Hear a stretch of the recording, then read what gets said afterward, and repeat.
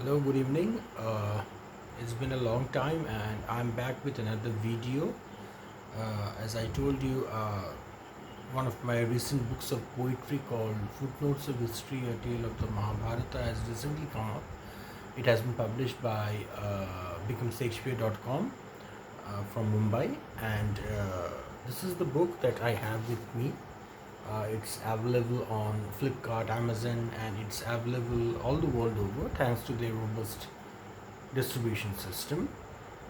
And today, because it's a retelling of the Mahabharata legend, today I'll be reading a portion from this book. Actually, the book is divided into five sections with five relatively unknown episodes and characters from Vyasa's retelling of the epic.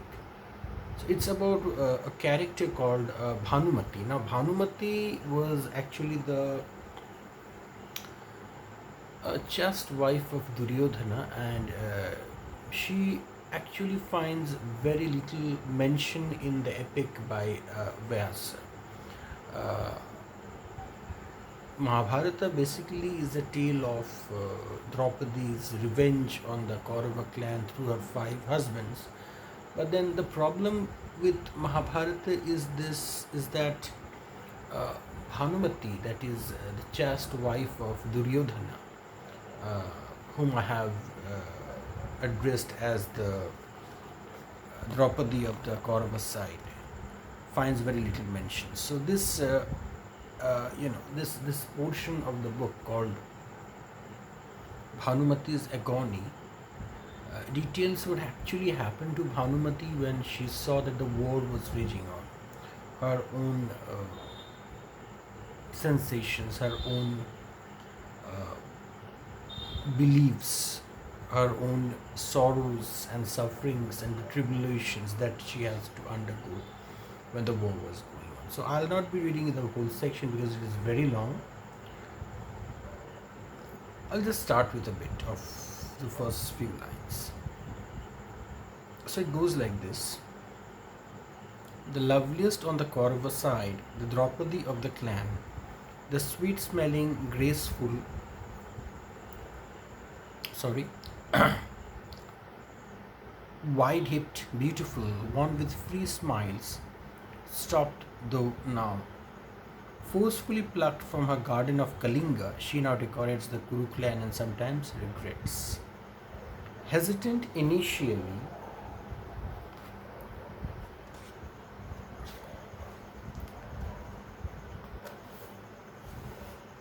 now free as the sun, her words like a free stream run. The true armor of Duryodhana, the strength of Vikarna, she does arrive with the one who was never listed among the perfect five. Was defeat the cause? Do we only sing of victors swinging their bloodied swords while the defeated are one with the dust? Thus Draupadi swings her fearful locks still.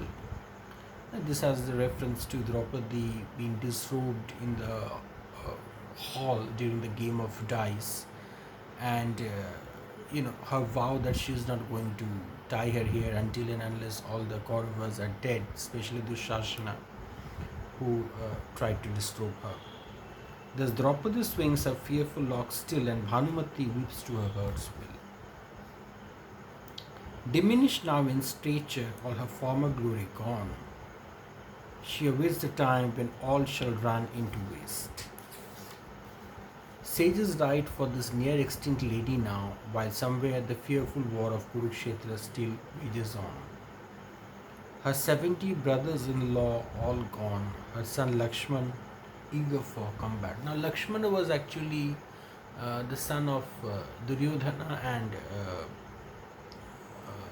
Bhanumati, who was probably slain by Abhimanyu. Draupadi still awaits the crimson waters from the chest of the great disrober, while Bhanumati awaits the memory of the dead to be shouldered. So this is a bit of a brief condition that I have to I have painted of Bhanumati's own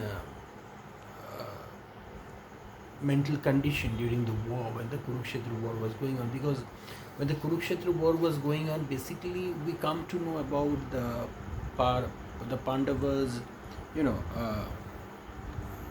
Draupadi's taunts to Dhananjay or Arjun to fight properly, which he sometimes does not when Bhishma is before him, his great grandsire or Pitama. But then what happens to Bhanumati? So in this poem, it's called Footnotes of History, a tale of the Mahabharata. It had a modest sale. The pandemic still rages on, and there are problems. But then still, I somehow brought up this book. So in this brief episode, in fact not brief I would say, because the description runs to around 15 to 16 pages, I have tried to imaginatively paint Bhanumati's condition, Duryodhana's wife condition during this Kurukshetra war, the Dharma Yuddha that was going on basically. So I'll just read a bit of more of this.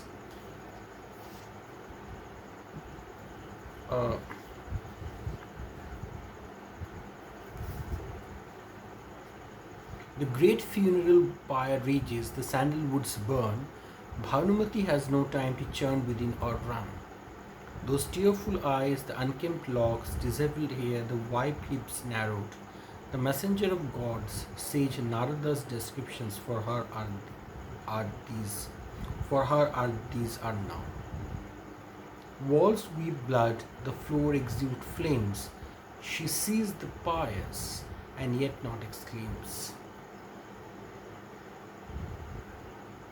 Words of counsel have failed, entreaties on deaf ears have fallen.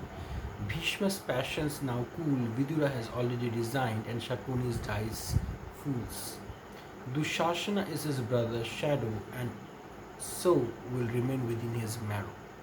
Lakshman Kumar tonight is too eager for war, but he throws his arrow too far. Then who remains?